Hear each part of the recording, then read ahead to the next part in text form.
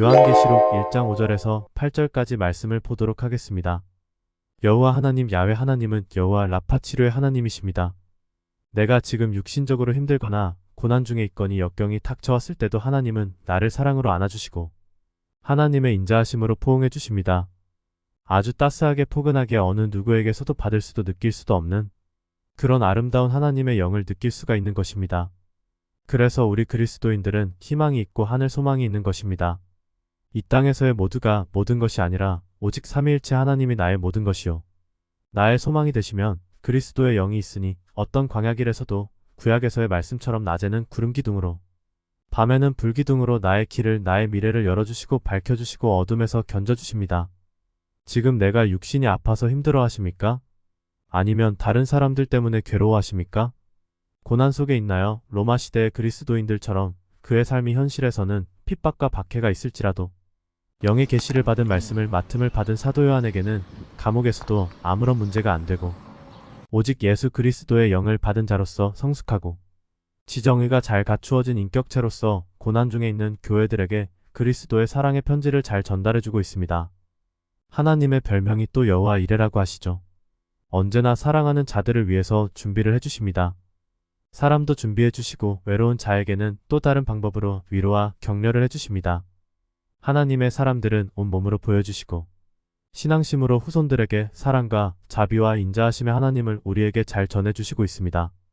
초대교회가 생겨난 것은 예수 그리스도의 부활하심으로 인하여 세워졌습니다. 하나님의 약속에 충성하시고 몸으로 행함으로 모범을 보여주십니다. 하나님의 충성된 증인임을 직접 제자들에게 보여주십니다. 이사야 55장 4절에서는 충성된 증인은 더 나아가서 인도자가 되고 명령자가 된다고 알려주십니다. 구약의 이사야 말씀은 성경 66권의 축소판으로 보고 있습니다. 쿰란 동굴에서 발견된 성경 사본인 사해사본은 현존하는 가장 오래된 사본입니다.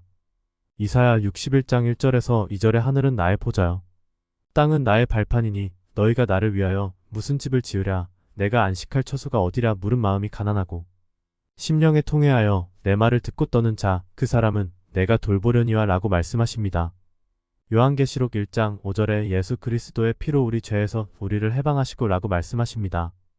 세상의 모든 권력과 욕심을 다 이기신 예수 그리스도이십니다. 이 예수 그리스도의 명령을 듣고 따르라고 전해주십니다. 그 당시 그리스도인들의 마음과 심령 속에 속속 들어오고 있는 것입니다.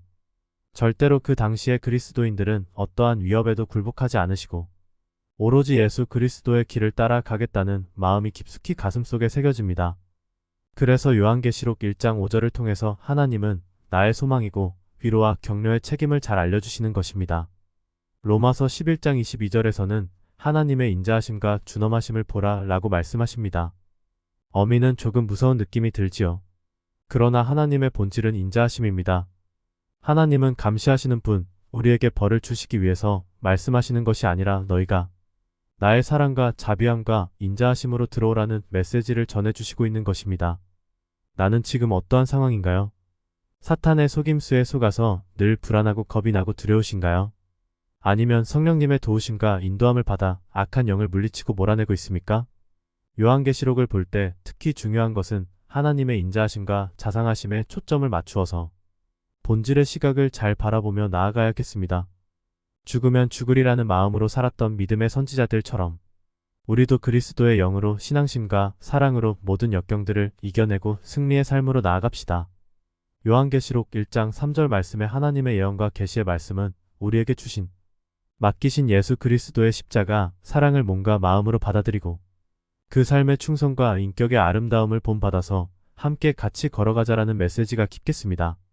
지금 내가 걸어가고 있는 이 길이 바른 길로 바른 마음과 심령을 가지고 가고 있는지 하나님의 온전하고 신실하신 관역을 향해서 잘 따라가고 있는지를 돌아보라는 메시지가 있습니다. 내가 걸어가고 있는 길이 잘못된 방향으로 흘러가고 있다면 빨리 돌이켜서 하나님의 방향으로 돌아오라고 말씀하십니다. 그 길만이 하나님의 나라요 나도 살고 우리 가족도 산다는 말씀이십니다. 우리 기독교의 예언과 계시는 길흉화복에 대해 점치는 것이 아닙니다. 내 아들이 누구와 결혼할까? 나는 부자로 살 수 있을까? 내가 누구와 결혼하게 될까라는 그런 것들을 위해서 자꾸 그런 식으로 흘러가게 된다면 이것은 신앙심이 아니라 점을 치는 것과 다름이 없다는 것입니다. 무당처럼 엉뚱한 종교처럼 흘러간다면 아주 잘못된 길을 걷고 있다는 것을 말해주십니다. 로마서 3장 2절의 범사에 맡으니 우선은 그들이 하나님의 말씀을 맡았음이니라 라고 말씀을 해주시고 계십니다. 옛날 그리스 로마의 신화에 보면 신탁이라고 그럽니다. 신탁은 하나님이 맡겨주신 일을 말하고 있습니다. 구약의 예언자들은 출애굽 사건을 근거로 하나님의 구속 사건을 이야기하고 있습니다. 사도 요한이 쓴 요한계시록은 예수 그리스도의 십자가를 근거로 하고 있습니다. 앞으로 어떻게 될 것인가를 이야기해주고 있습니다. 거짓 교사들이 가르치는 그것이 예수 그리스도의 십자가 사건과 연관이 있는지 살펴보아야 됩니다. 그것이 없다면 거짓말을 하고 있는 것입니다. 요한계시록은 예수 그리스도의 신부인 교회의 최종적인 승리를 말해줍니다. 요한계시록에 자주 언급되는 죽임당한 어린 양이 계속 등장하는 이유입니다. 예수님이 흑기사처럼 나타나서 사탄을 쳐 부숴 무찌르는 것이 아니라 죽임당한 어린 양의 모습으로 나타나시는 겁니다.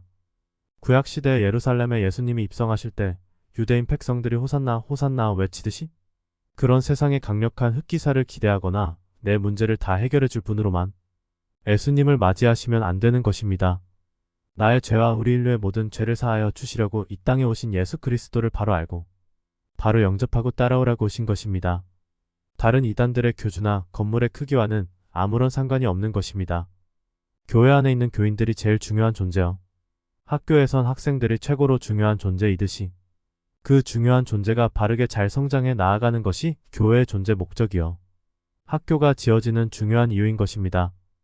요한계시록을 이해하는 주요 포인트는 예수 그리스도의 죽음과 부활을 올바로 이해하는 것이죠. 포인트라는 것을 기억해야 합니다. 요한계시록의 핵심은 예수 그리스도를 통해서 도래하는 새 하늘과 새 땅과 창조의 완성에 있습니다. 요한계시록 22장 13절에 나는 알파와 오메가요 처음과 마지막이요 시작과 마침이라 말씀하십니다. 알파와 오메가는 헬라어 알파벳의 시작과 끝을 말합니다. 요한계시록을 공포를 조장한다든지 미혹한다든지 하는 것은 매우 잘못된 이단들의 특성이고 불손한 처사인 것입니다. 오직 구원은 삼위일체 하나님께만 있지 그 집단에 소속되는 것, 그 집단에 의해서 구원받는 것이 아님을 명심해야겠습니다. 요한계시록 1장 7절의 예수님의 재림의 모습은 성서에서 이미 예언되었습니다. 다니엘서에서 이미 지금은 로마의 지배를 받고 있는데 그 묵시문학을 서로 돌려가면서 읽고 있습니다. 다니엘서도 묵시문학입니다. 그 책에 담긴 의미와 그 뜻을 파악하고 알아야 되는 것이죠. 다니엘서 7장 13절에 이미 예언된 것이고 그 광경은 이미 익숙한 것입니다. 이미 알고 있으니까 두려운 것도 없고 그분이 예수 그리스도이시구나 아는 것입니다. 그분이 두려움과 공포의 대상이 아니라 나의 사랑하는 구원자이시요 자상하시며 따뜻하시며 사랑으로 안아주시고 품어주시는 나의 소망의 구주가 되시는 것입니다. 지금 우리에게는 어렵지만 초대교인들에게는 어려운 것이 아닙니다. 이미 다니엘서에서 예언의 말씀을 알고 있기 때문에 두려운 것이 아닌 것입니다.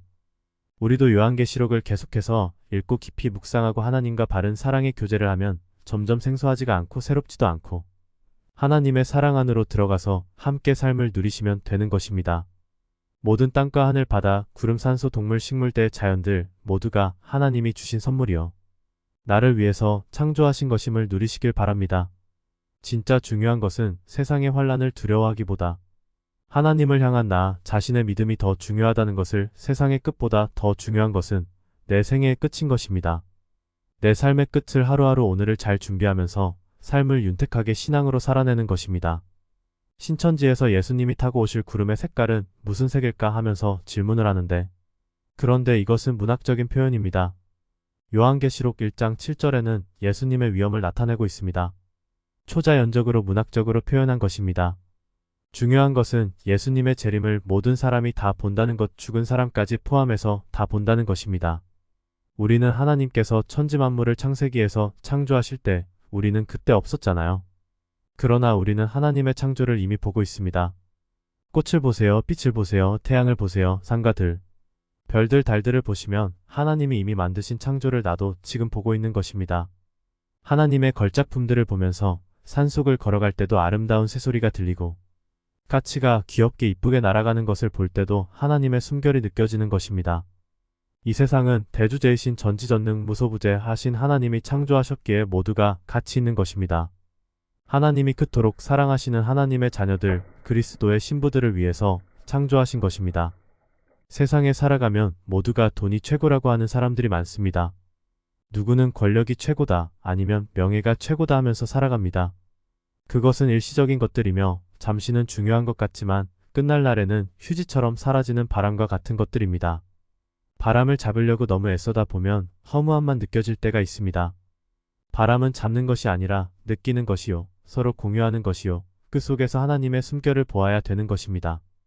그 숨결을 예수 그리스도의 십자가를 통해서 하나님의 자녀들에게 그 메시지를 잘 알려주시고 있습니다. 오늘도 그 십자가, 사랑의 숨결을 느끼면서 승리하는 날이 되시길 소망합니다.